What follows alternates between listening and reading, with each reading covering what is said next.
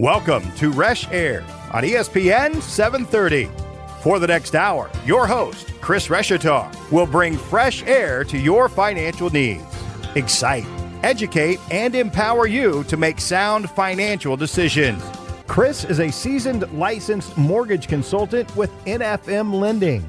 Originator license number 117266. Now, here's your host, Chris Reshaar. Welcome to Reshair Radio. I'm your show host, Chris Reshaar, licensed loan officer with NFM Lending. NFM Lending is an equal housing lender, NMLS license number 117. So if you have not listened to Reshair Radio before, we are on every Sunday morning, 10 o'clock.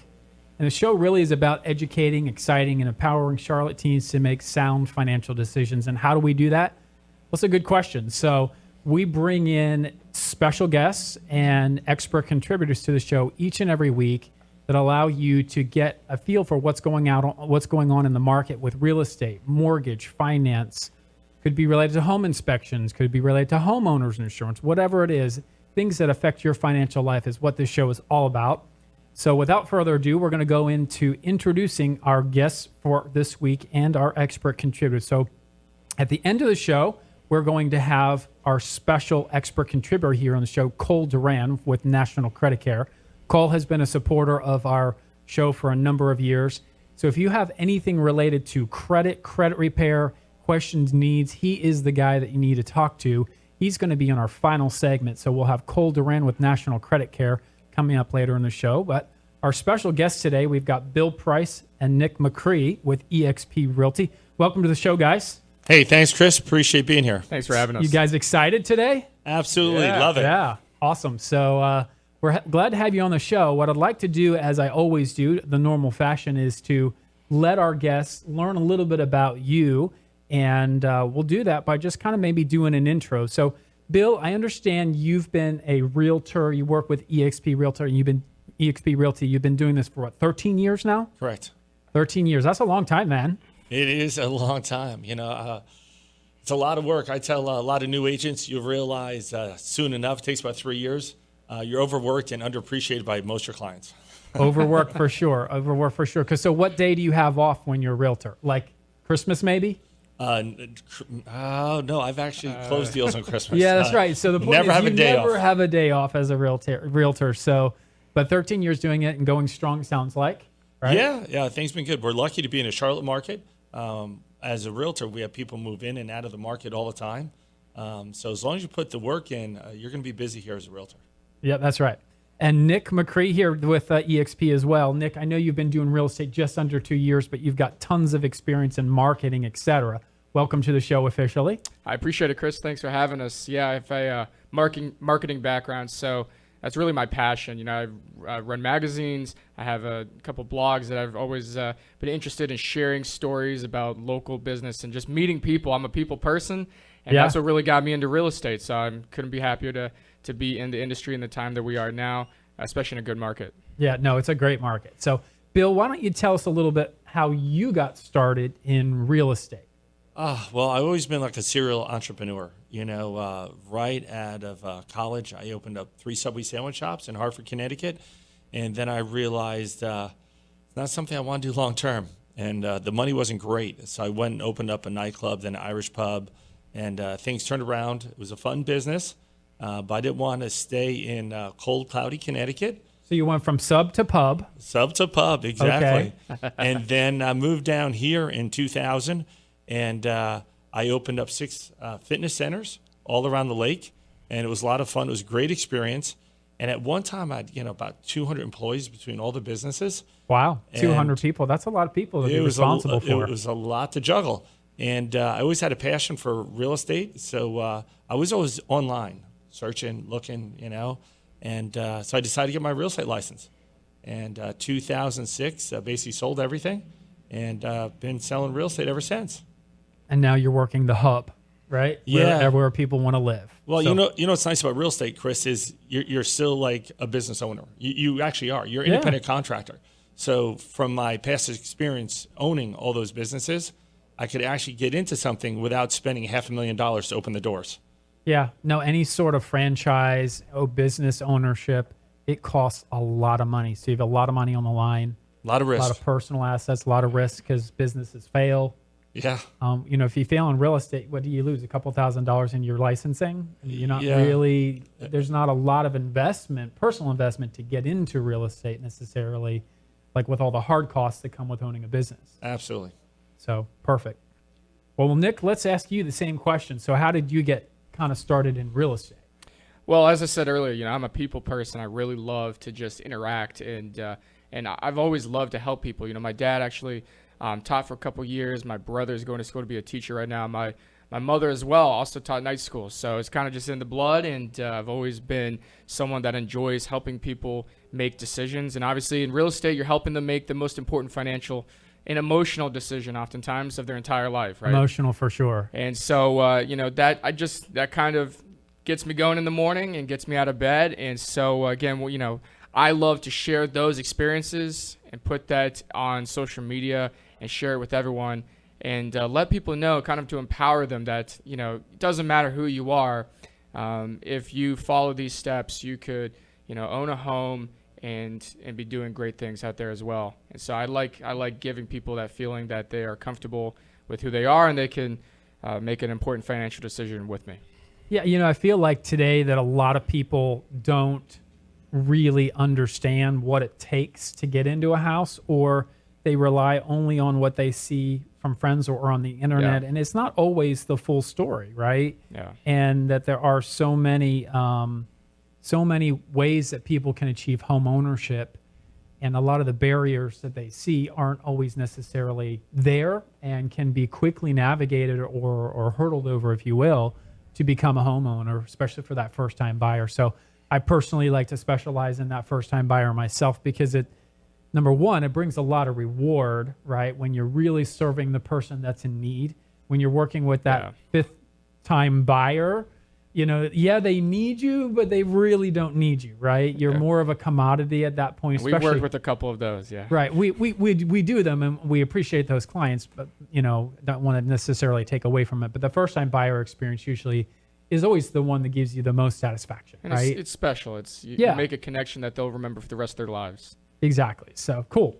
All right. So why don't you guys take a minute and describe what you think about our housing market in the Charlotte general market, the markets that you serve. Yeah, well, Chris, the market's strong in Charlotte. It's definitely a seller's market. I think 2020 is going to be another strong time.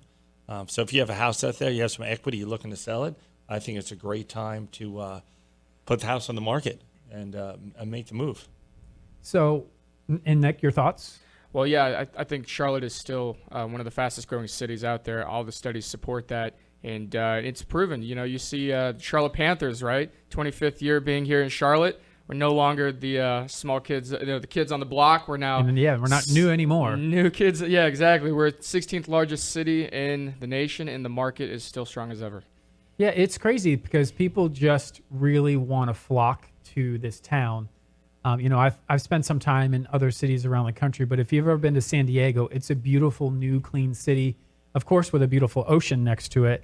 But you come to Charlotte, you spend a little bit of time there. If you're not careful, you look like you're looking at San Diego, right? Yeah. It's new, clean, beautiful. There's so much investment in this city, and it's constantly improving. Everywhere I turn around, it's like, gosh, I remember when that section of the city was kind of run down, but people come here and go, well, where's the rough part of Charlotte, right? And I'm not saying we don't have areas that where we have, challenges, and Charlotte's not a perfect city, but comparatively speaking, even just to a sister city like Atlanta, 30-mile train ride in and it's graffiti for 30 miles straight, right? We don't see that here. We just don't. I think part of it's because you have a lot of development that's going on in the city, and there's a lot of revitalization, which is awesome for everyone around because it just makes the city, again, so attractive to prospective home buyers. And we actually feature a lot of those parts of town, or we feature a lot of those local businesses and highlight kind of what you're saying, the growth in the city. And one of the blogs that I run, Charlotte Local Trends, and what we do is we're able to basically highlight areas of Charlotte that are up and coming. And I think that is really what shows the potential for how far it shows where we've come, how far we've come, and what potential growth we still have going on in the future. So yeah, and we're talking about growth in the city. We're looking out here. Look at all the cranes, right? Yeah. How many cities do you drive by that you see actually cranes? Not many. Right. That's just I a sign see of development. 1, 2, 3, 4. I can see at least 4 from where I'm sitting because we're looking at the stadium as we speak here. Yeah. And we've all been here for a long time. And what we didn't have back in 1999 when I first moved here was all these apartments. Now we have all these apartments and grocery stores down here. We didn't have that before in drugstores. So Right. It's people that live in the city that actually will grow and thrive the city. You have to have people live. I came from Hartford, Connecticut. No one lives really in downtown Hartford, Connecticut. Right. When I was on the Small Business Association back in Hartford, there was a guy that lived there for 70 years, and he always preached, we need a grocery store, a bowling alley, a movie theater, a drugstore. If you don't have that, you're not a people aren't going to come. You're not a residential city. And if you're not a residential city, you're not going to grow, and people aren't going to think that it's hip and cool to live in the city. Yeah, interesting point. So, well, it's just fun to kind of be a part of it, to see it. I've been here since 97 myself. And, I used to work up off of LaSalle there at West Charlotte High School, and just seeing that corridor completely change. It really, if anything, it makes me think, gosh, I wish I would have invested more of my own personal money into some of these areas of town. It's like, man, I'm kicking myself. But, at the same time, it's still not too late. Comparatively speaking, you can still buy a place near the city for a pretty affordable dollar compared to LA, San Diego, and some of these other, New York, some of these other, whatever, Miami, whatever. Like, we're still cheap, which is another reason why I think people are coming here. Yes, it's getting more expensive and it's getting nicer, but it's still, comparatively speaking, a very affordable town to live in. And what makes us stand out, Chris, think about this. You can fly in to Charlotte and you can go see an NFL football game. You can see an NBA basketball game, or you can see an NBA basketball game and a AAA baseball game. And guess what? You can walk to all three. Yeah, that's absolutely. Besides, that's hard to find. Yeah, Pittsburgh. I mean, how many other cities are there? Not many that have that. Right. And that's what's so cool about Charlotte. You can fly in here. You can go to 2 major games pretty much any time of year, and you can walk to everything. Yep, you're right. Awesome. So, well, we're going to take a quick break. We've got a lot to talk about. We're really going to be theming around the future of real estate. I think this is going to be a super fun show because I haven't really done a show like this. So we're really kind of talking about the future of real estate. You guys have a lot to offer. So again, you're listening to Reshair Radio. Stay tuned. We'll be right back. Hi, this is Chris Reshatar, host of Reshair Radio and loan officer with NFM Lending. Is home buying in your future? Buying a home is one of the most significant financial decisions you will make in your life. Each step in the process is important to ensure a smooth transaction. But the most important step, even before you look at houses or call a realtor, is to get pre-approved. A pre-approval is when a lender evaluates a loan applicant's eligibility for a home loan. The loan officer collects information such as their employment, income, assets, and current expenses. The lender then gives the applicant an idea as to whether or not they could afford a home loan or an approximate amount of loan they could qualify for. If you're looking for platinum level service and open communication through the loan process, call me, Chris Reshatar, at 704-277-4463. That is 704-277-4463. LO license number 117266, corporate license number 2893. Go to nfmlending.com for licensing information, or you can apply online today at themortgagegenius.com. Did you know it has been reported that an estimated 80% of Americans have credit inaccuracies on their credit reports? Most people that have either inaccuracies or existing items that can be negotiated or adjusted do not know what their best score could be until they have found a new home, or buying a new car, or applying for a credit card. Then it's too late, and they have to accept a higher interest rate or lose the opportunity altogether. The time to work on improving your credit score is before you need it. Whether you have a 440, 640, or even a 740 FICO score, there is always room for improvement. The National Credit Care Team is comprised of individuals dedicated to helping the millions of consumers plagued by credit inaccuracies, errors, and fraud. It is our mission to help inform consumers and alleviate the stress of working with creditors and credit bureaus. Together, we can maximize your scores to get the best interest rates possible and save you money. Call now, 303-747-6390. That's 303-747-6390. Or visit us at www.nationalcreditcare.com. Welcome back to Reshair Radio. I'm your show host, Chris Reshatar, licensed loan officer with NFM Lending. If you have not tuned into Reshair Radio, the show really is about empowering, exciting, and really just helping Charlotte teens make sound financial decisions. We do that by bringing on expert contributors and special guests into the studio. So we were just introducing our guests earlier. We've got Bill Price here with eXp Realty and Nick Macri also with eXp Realty. And guys, we really rolled out a really cool theme for today's show, which is really just kind of the future of real estate. And what I'd like to do is just take a couple of minutes and really sort of break down kind of how real estate has been done in the past, kind of maybe old school when it comes to the buyer or seller's perspective, and then maybe kind of how the realtor also worked that business. And then maybe you guys can also help us break down how that's changing today, kind of the new school method. So in terms of old school, talking about the future of real estate, how did it work with the traditional buyer and seller when it came to connecting with real estate? Well, I think that question's directed at me, since Bill's old school. I'm old school. I'm 53 and Nick is 22. He's new school. So when I got into real estate, I realized right away you had to get out there, put yourself out there, and how do you reach people? Well, back then it was pick a community. You're going to farm it. You're going to put flyers in the mailbox. You're going to send out postcards. You're going to sponsor events there, golf tournaments, poker nights, Easter egg hunts. Whatever it is, you're going bouncy houses, whatever. You're going to advertise on the Harris Teeter wine bag. Just put yourself out there. Do a lot of open houses. But one thing that Nick and I realized is that it's just not old school anymore. There's got to be some new school. That's right. One thing he pointed out to me, he's like, you're selling all this real estate over the years, but you can sell a lot more if you actually let me blend in some of this new school approach with your old school approach. I said, what do you mean? He's like, well, Bill, let's look at something. Your LinkedIn says that you live in Afghanistan. So I obviously did my LinkedIn pretty quick. And I guess United States wasn't the first choice, it usually is, and I didn't realize that. So I was like, I guess I'm going to open up an EXP office in Benghazi. Right. Real Real estate's not quite booming in the same way. Yes. And There's a lot of land out there. There is some booming, but it's not quite the same exactly booming. I don't know. So the old school approach, was open houses, the farming, the sponsorship, the networking, and then Nick can talk about now the new school approach. All right. Well, how did that work, though, for the buyer and the seller? So they got connected to you. Did they just, it seems like to me, you just kind of called somebody you knew.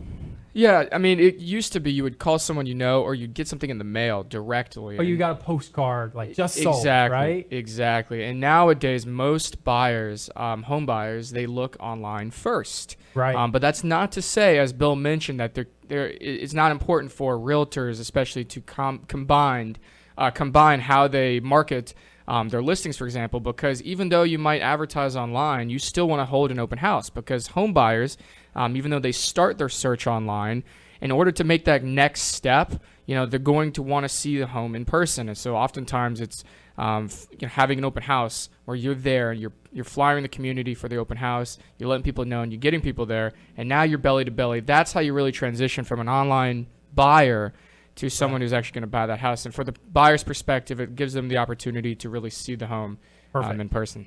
All right, cool. So let's slide over to kind of the new school method. And why don't you talk a little bit about the trends for buyers and sellers that you see happening that you're now trying to get Bill to embrace, right? Probably already has, but You mean like the Instagram that I have that I never posted anything because he posts for me? Yes. Hey, whatever works. Yeah. So for buyers and sellers, we're all online. We're all connected, and oftentimes someone who's looking into real estate, you might go online to a website late at night oftentimes, right? You're just bored looking at houses.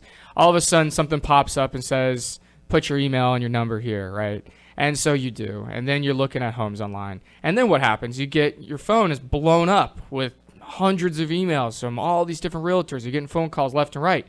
So what's very important, I've found, today's day and age, for both sides of the spectrum, right, for the realtors and for the customers, right, is to find ways to connect in the middle and be as personal as you can. And so what that means is that if you're sponsoring events and you're promoting it on social media, things like of that nature, that I feel like is more personal than trying to solicit someone. And for the buyers and sellers as well, if you get to really meet someone and make a connection with your potential realtor, that helps you feel more comfortable connecting with someone that you met ultimately online, right? And so that's a way to kind of bridge the gap. Absolutely. So my team recently in the last year has started to do what I call video texting people. So instead of calling them or emailing them or just sending a text message, I'll do a video text that said, hey, congratulations, your loan was just conditionally improved.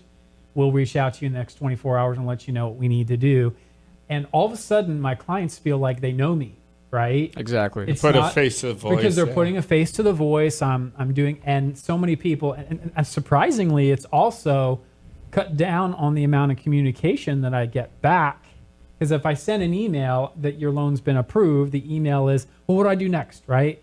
If I send a video text and just say, here's what the plan is, we'll be reaching out, they just go, okay, great, thank you so much, an awesome video. And so really they're getting to know me better with that video technology. And it's just a little thing that we've done with our business this last year, and it's been super, super helpful in communicating with the client. Yeah, so last year I was at the National Association of Realtors up in Boston, and there was a booth for BombBomb. And it's technology based, so I called Nick right away.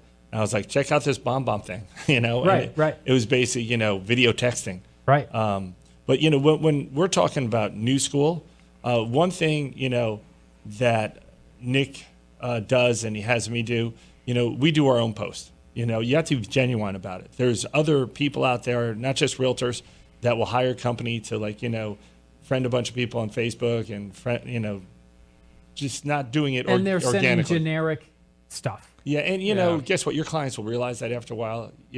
Take the time, put the time in, and be genuine about it.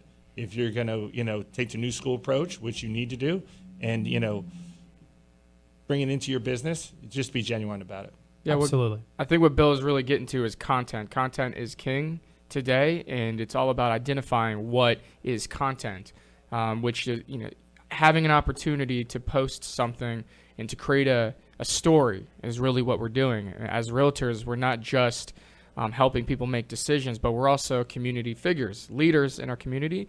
And if you can find those opportunities to create a story around what you're doing, then that is the best content there is out there.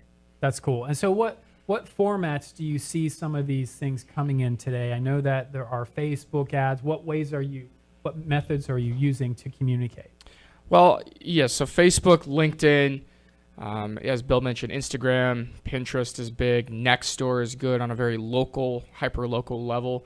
There's all kinds of social media platforms out there, but I think ultimately, again, it's a combination of you have to actually do something to have content. You can't just sit at home all day and expect to have a great Instagram feed because you've done nothing except sit at home all day, right? Right. So as a realtor, you have to be active, and that kind of comes with experience and coaching, or however you really determine where you're going to generate your business. You have to be out there. You have to put yourself out there from the realtor perspective, and you got to think about it from your client's perspective. If I'm sitting at home all day, how am I ever going? How am I going to meet someone? That I could help. Perfect. So let's specifically talk about. Let's just say you've got someone under the age of 40. They want to buy a house. How have things changed for that under 40 buyer today for you guys? Well, I think one of the things is, lenders, right? I mean, now everything is based on shooting an email, getting someone pre-qualified. Okay. You know that more than any of us. It's so much easier to fill out an application and get someone pre-approved compared to 15, 20 years ago. I mean, what are your thoughts on that? Getting one of our clients pre-approved now compared to 15 years ago. It's in some ways it's changed a lot. In other ways it hasn't, right? So if someone wants to pick up the phone, it doesn't take more than 5 or 10 minutes to get an application, and we can quickly pop them in, pull credit, run an automated approval, and let you guys know they're ready to go, right? but a lot of people prefer to sit at home in their pajamas at night and do an online application, right? It achieves the same goal. I think the online piece, it does take out a little bit of the personal touch, and you can't always necessarily grab on to what the real goal is, because then computer isn't a person, right? But either way, you can do that online application and get the information really very quickly and get somebody on the right track. Yeah, I think the shuffling of documents are definitely quicker. Absolutely. You know, I have people, you know, at the airport saying, I'm about to board, but I'll forward this to you. You know, that couldn't happen back in 2006. And technology has changed, because now, after you apply online, you get a list like right away saying, hey, we need pay stubs, W-2s, bank statements. And a lot of these, the millennials, they have access to their W-2s and pay stubs right on their work payroll portal. They have their bank statements right on their online bank account. And we see them just literally flip them right into the portal. And so we can get that information very quickly. And that's a huge win, honestly, for us on our side, is the quicker we get that information, the quicker we all know that this loan's going to be pretty good. Yeah, and I think that's another area where it's different, is that it's quicker for oftentimes people under 40 to find the home they like, because why? Well, they found it online.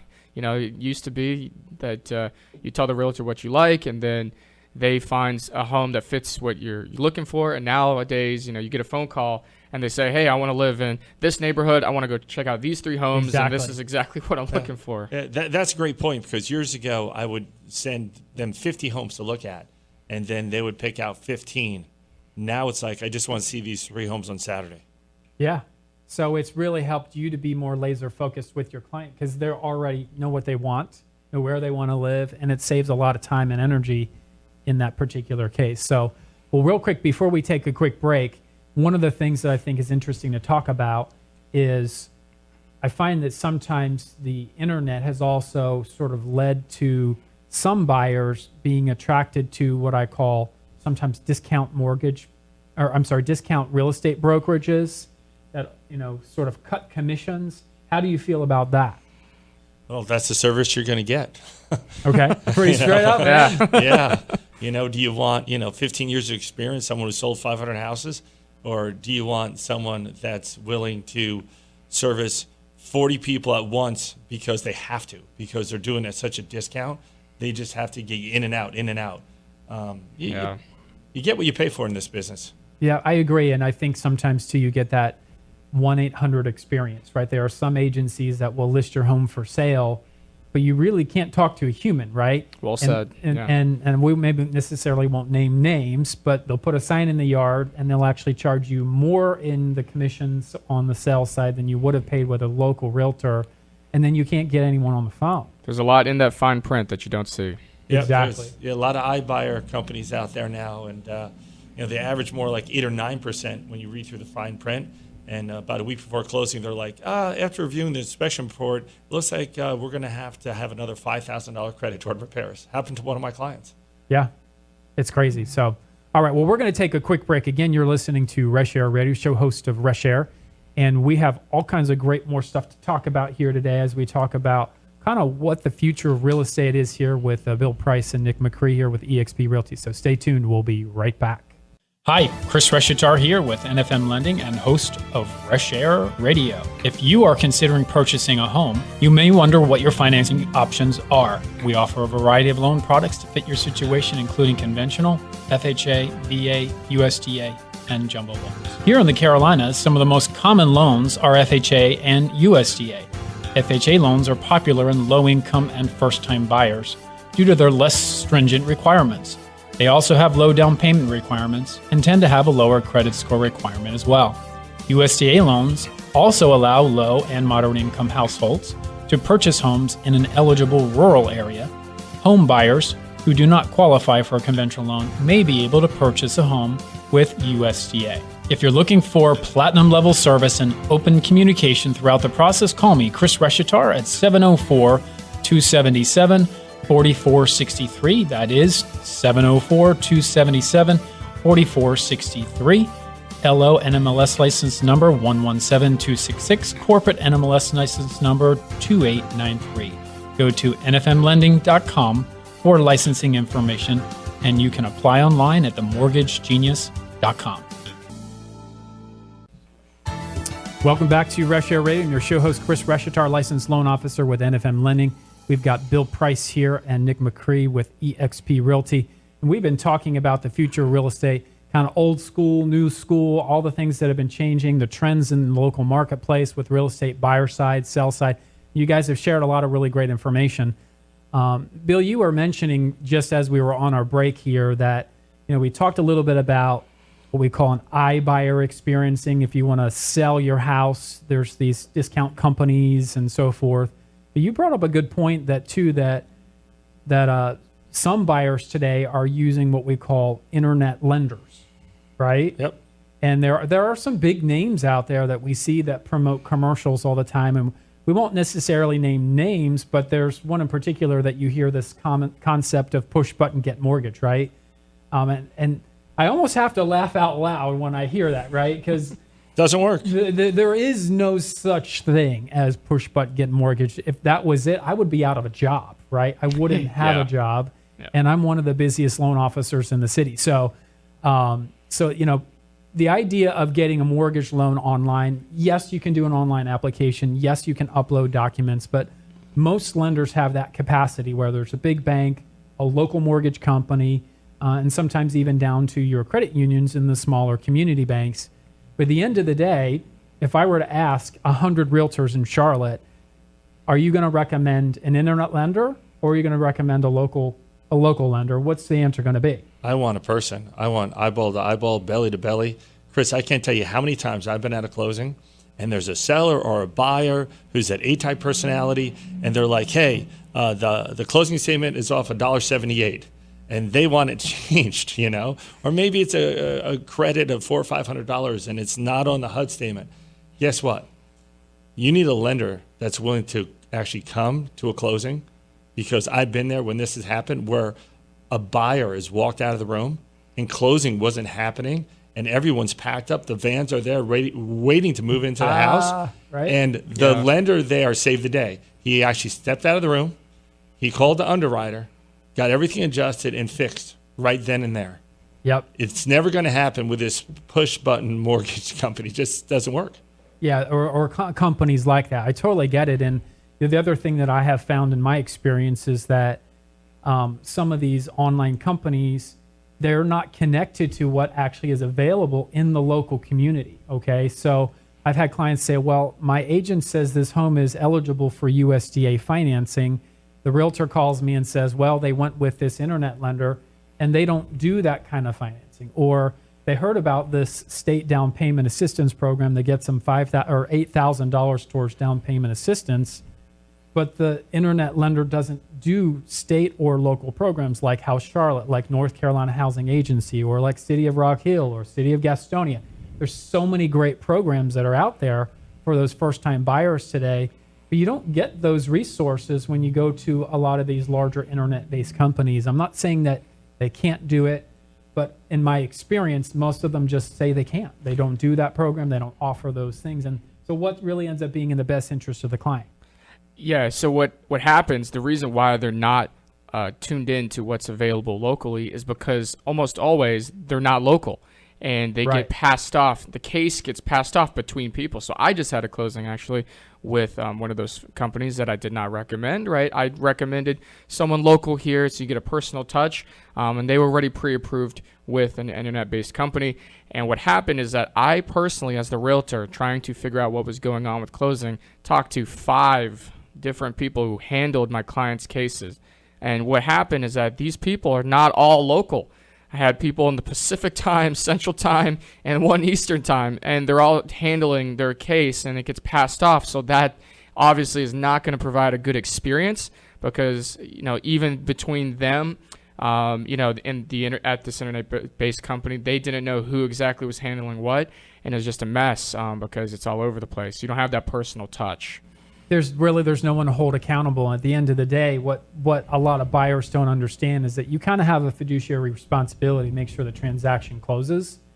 And it's hard for you to do that job if you can't communicate with the lender. And the lending piece outside of the home inspection are the 2 biggest pieces that can affect that transaction. It's the most important partnership. It's the most important partnership that you have as a realtor is with your lender because we rely on each other. Absolutely. Definitely. So, well, guys, I want to make sure that we give you guys a little bit of time to tell our listeners a little bit about what you're doing at EXP. It's kind of a new firm on the scenes here locally. It's really taken by storm the last couple of years here. A huge trend, a lot of people flocking to EXP. So I'd love for you to tell our listeners a little bit about what you're doing. Well, we were lucky enough that Glenn Sanford, the founder of the company, created this great opportunity for agents because it is the first real estate company that is very agent-centric. It's built around the agent. It's built for us. And I've been with two of the largest companies in the Charlotte area, and it was always built around the owner of that company or the franchise owner. It wasn't really built for agents. And, with EXP Realty, it gives us an opportunity to, one, be really efficient and be really productive because we're a cloud-based virtual company. Okay. It gives us an ability to earn stock with the company and grow with the company because we're on NASDAQ. And we have a revenue share model, which is amazing. It gives us the opportunity to have a pension plan, which no other real estate company does. Wow. Yeah, no, I've never even heard of that. That's Yeah. amazing. Yeah, I mean, and what I love too is that it's a technology-based company. There's a lot of other national firms out there as well that will talk a lot about how great their tech is and how awesome all that is. But what's unique about EXP is that, you go to the EXP convention, all the guys there on stage, they're all tech guys that are building great real estate tools, not just for agents, but for the consumer as well. And so it just helps that this company is forward-thinking. And as Bill mentioned, Glenn Sanford is looking towards the future of real estate. And that's why, EXP has been often compared to as the Amazon or the Netflix of real estate. And it's really just cutting edge with what's going on in the market. And I tell you what really makes us different. All the other real estate companies out there, and I've been doing this a long time, realtors in that brick and mortar, they're all competing with each other. They're not sharing any of their secrets. At EXP, since we're all owners of the company because we have stock, I've never seen so much support before. And it gives us other opportunities, too, in real estate. It freed up time for Nick and I because the virtual world is so efficient and productive that we started our own, consulting and coaching business. Well, that's cool. One thing EXP has taught us is to help people. Yeah. And we teach all the time now, free lessons. And it costs us $100, hundreds of dollars to put these, events on. We don't care if you're EXP, non-EXP, and we'll teach one course, coach one course that is back to basics. And we'll have 30 or 40 agents show up every month.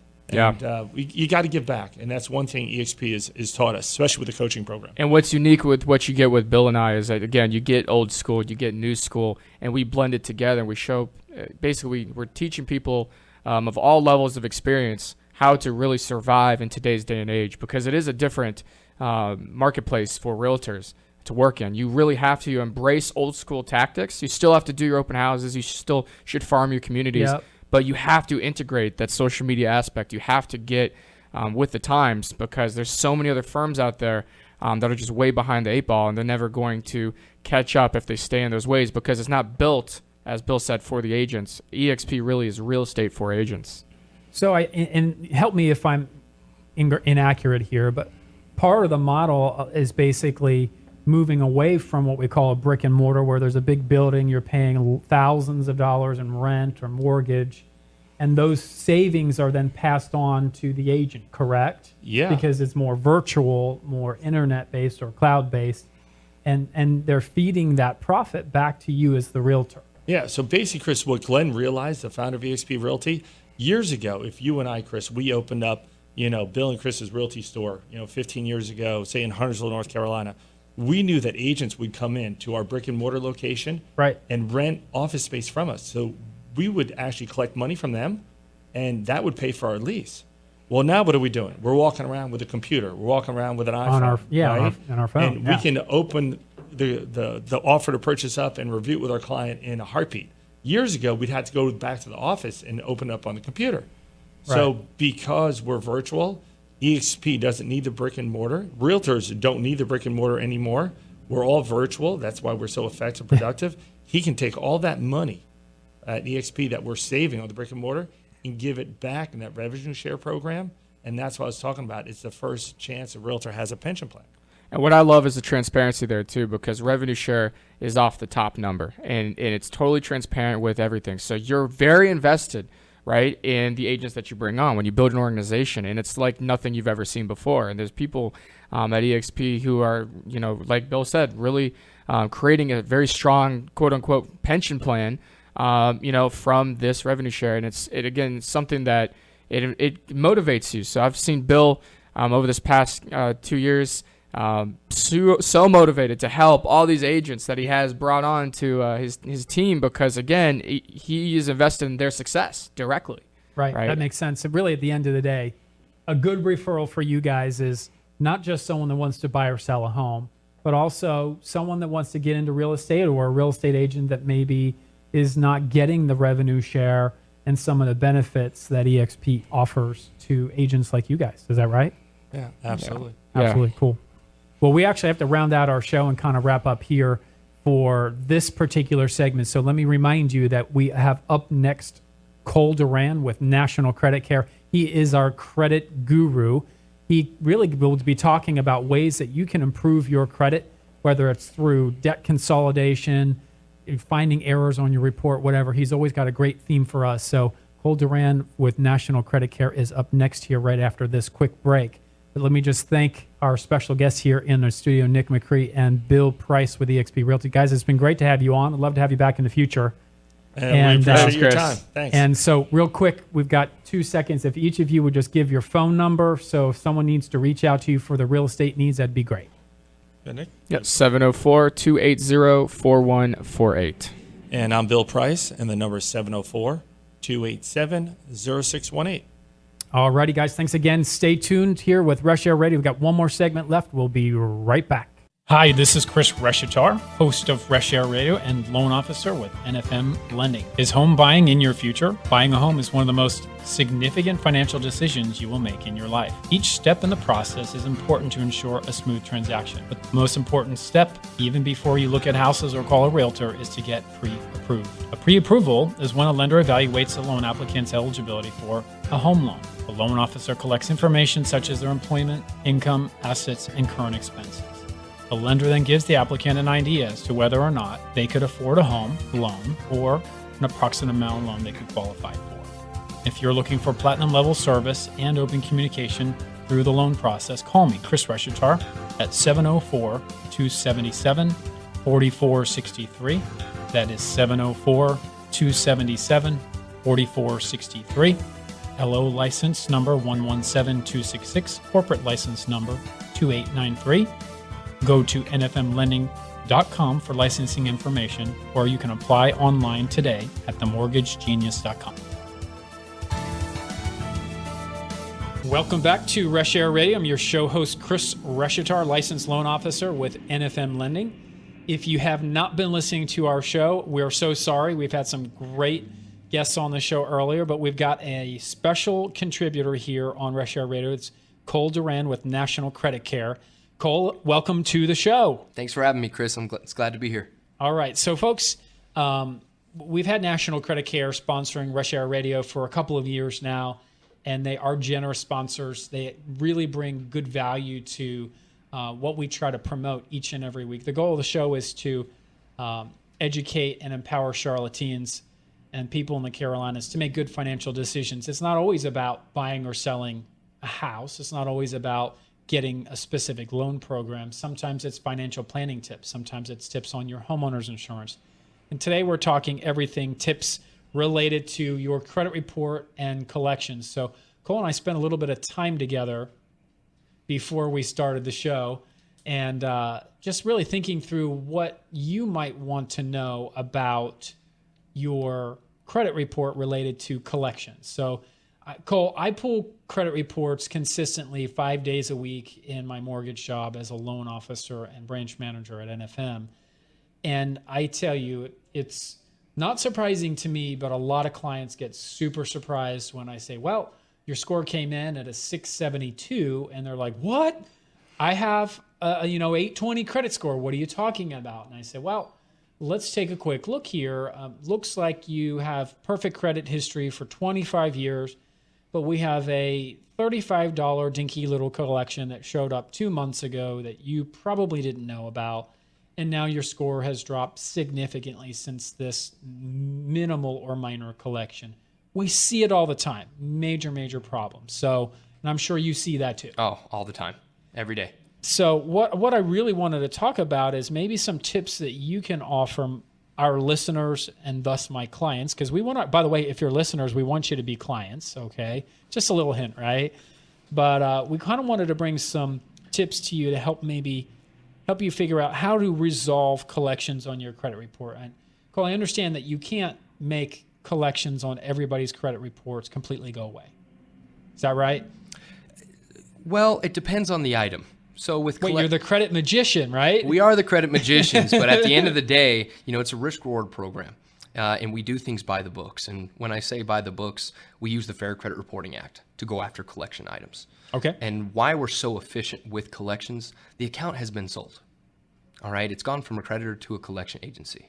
Now, and oftentimes, let's just say maybe from a medical doctor to a collection agency, because that's what we see probably most common, frequently, right? Yes. Okay. And I mean, shoot, they hardly contact the client.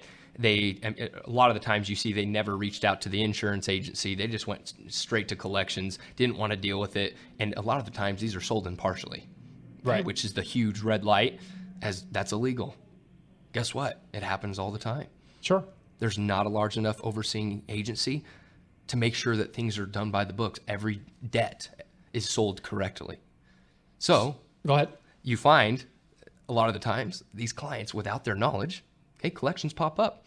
When do they find out? When they went for, applied for the home mortgage. Home mortgage or vehicle or whatever. Exactly. And now all of a sudden their interest rate goes up, who knows, maybe half a point. We can't talk about rates over the air, but it could go up significantly as a result of their score dropping 50, 100 points. Absolutely. It's huge. And with collections, what's fishy is if you pay a collection, a lot of the times, not 100% of the time, but a lot of the times, your credit scores drop. Wait, so now I know this, but I think this is like literally we're going to have to repeat this 2 or 3 times. So what most people don't really understand, Cole, and you can correct me if I'm wrong, is that a collection is a collection. It's on your credit report. It reports as a separate item than maybe just an account that has a revolving credit activity or an installment loan or a mortgage loan. Falls under what we call the collection category of the credit report. What most people don't understand is when you have a medical collection or any other kind of collection, it reports as a negative event always. There's no such thing as a good collection, right? Correct. And I tell people and I use silly analogies, hopefully my listeners will follow, but I always tell people a collection of any kind is like saying a swear word in front of your mother, right? It doesn't matter whether you say you're sorry or you don't. It's still out there. It's still out there. So I think a lot of people's inaccurate perceptions of how to fix a collection is to hurry up, pay that $300 down to zero. They come running back to me and say, hey, Chris, I'm ready now. My score should be better because I paid the collection to zero. But remember my analogy, and that is it's like a swear word in front of your mother, right? Just because you said you're sorry, it didn't go away. When you pay a collection, the balance may change to zero, but guess what? It doesn't go away. It still reports as a collection under that special category of your credit report. And that's a problem, right? Because if it's not resolved and potentially dissipates off the credit report, whether there's a zero balance or not, it's still hurting your credit score. And then what you really brought up is, well, wait, I went and paid it. Not only did I pay it and it not help my credit score, but you mentioned that it could hurt my credit score. Why don't you tell our listeners why paying a collection could actually not help it, but maybe hurt? You're 100% right, Chris. I love the analogy. As far as why credit scores or paying collections could drop your credit score. Once an item is sent to collections, it's the balance itself no longer is affecting your score whatsoever. It's how new your collection is. So let's say you have that 6-month, year-old, 2-year-old collection on your report. And yes, it's a small balance, $35. You're like, okay, I'm going to go ahead and take care of it. Well, what you're going to see happens is that balance is then updated to zero. And You had fresh activity. fresh activity. Now, that's the balance. The DLA, that's what is also updating per that fresh The activity. date of last activity. Data last activity. All right. And when the data last activity updates from that 6-month date or year-old date to now, to today, that's when credit scores drop. Again, because your collection now looks new instead of old. Right. And I call the analogy there is like reminding your mom you said the swear word. Yeah. Why would you remind her, right? You want her to forget it. Exactly. So you're right. So really, at the end of the day, not only can paying a collection potentially not improve your credit score, but the inverse can happen, and that is it can take an item that was considered an older item, maybe was starting to forget, wasn't hurting your score as much, and it refreshes the activity on it, which then makes the negative activity fresh. So really, at the end of the day, you use the word resolve. Talk to me about what that looks like. So how does a customer potentially resolve a collection? Yeah. So, I mean, you're going to work with my team. The phone number for my team is 866-595-6313, extension 2. Call them quickly before you go ahead and just, throw money out of the window. Again, paying that $35 collection, you're out the $35. Scores actually decrease. Could potentially go down if the DLA increased and it was something that was 6 months or older. You don't want to take a step back, upon trying to get your mortgage and you're thinking, hey, I'm paying things, and you're taking steps back. You want to make sure that you're making every correct move.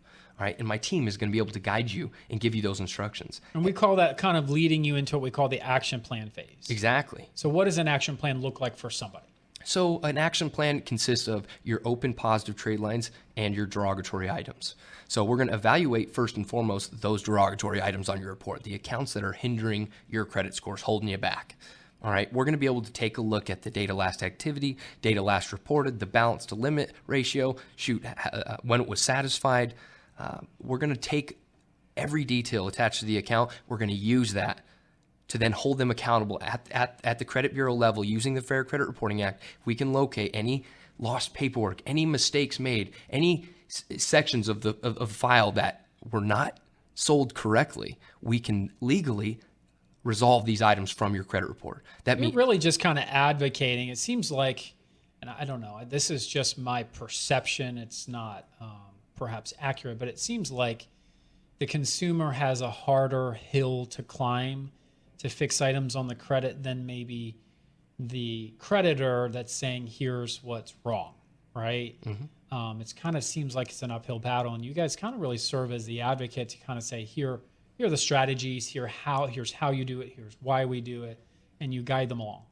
Absolutely. We're saying, hey, we're going to cover A, B, and C on the credit report. Your instructions are to cover D, E, and F, and this is your strategy. Right. And which is the strategy is, hey, where am I saving my money? Where do my finances need to go? Not where do I have to pay all these accounts? No. We're going to cover A, B, and C. D, E, and F is under your control, and this is your strategy for those items. Right. So all those questions that you may or may not have, we'll answer those. Right. Now, I have a good story here. I know we have a couple of minutes left here. This was years ago, but I had pre-qualified somebody to buy a house, which is what I do every day. And the client called me. We got them pre-qualified, et cetera. Didn't buy a house right away. A couple months went by, something like that. And she called me back and said, hey, Chris, I've got some great news. Since you got me pre-qualified, I went ahead and paid off all my collections and I closed all my credit cards. And I cringed and went, oh my gosh, what did you do? So she literally eliminated all open and active credit, which dropped her score dramatically. And then she created all fresh activity on the collections that had been old, and her scores dropped 100 points. And I literally had to tell her, I'm sorry, but you're no longer qualified. And the reason I bring that story up is that understanding collections, how they affect your ability to qualify for an auto loan, for a mortgage loan, or something else, isn't logical. It doesn't always make sense as to what you should do. You think you might know what you need to do with collections on your credit report to improve your score, but in many cases, it's the exact opposite of what you should do.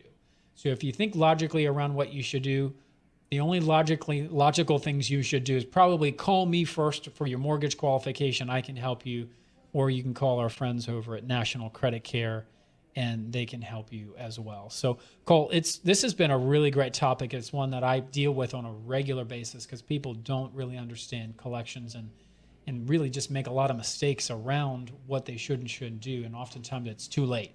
They make these mistakes. They've called me too late, or they made them in the middle of a loan transaction, and then we run into hurdles. But I appreciate you coming out. Why don't you just give them your contact information one more time, and we'll wrap up the show. Absolutely. Again, thanks for having me, Chris. Collections is just one of my favorite topics to touch because of how frequently you see this on reports and how many clients frequently have to deal with these type of items all the time. So encourage you guys to call in to my team, get that consultation, figure out what's going to be the quickest game plan for you to execute on to boost your credit scores. The contact number is 866-595-6313, extension 2. And just let them know that you heard from us on Reshair Radio. That's right. It's cool. Cole, thanks for coming on. And again, if you've been listening to our show, appreciate you listening. If you need to contact us in any way, you can contact me at 704-277-4463. That's 704-277-4463.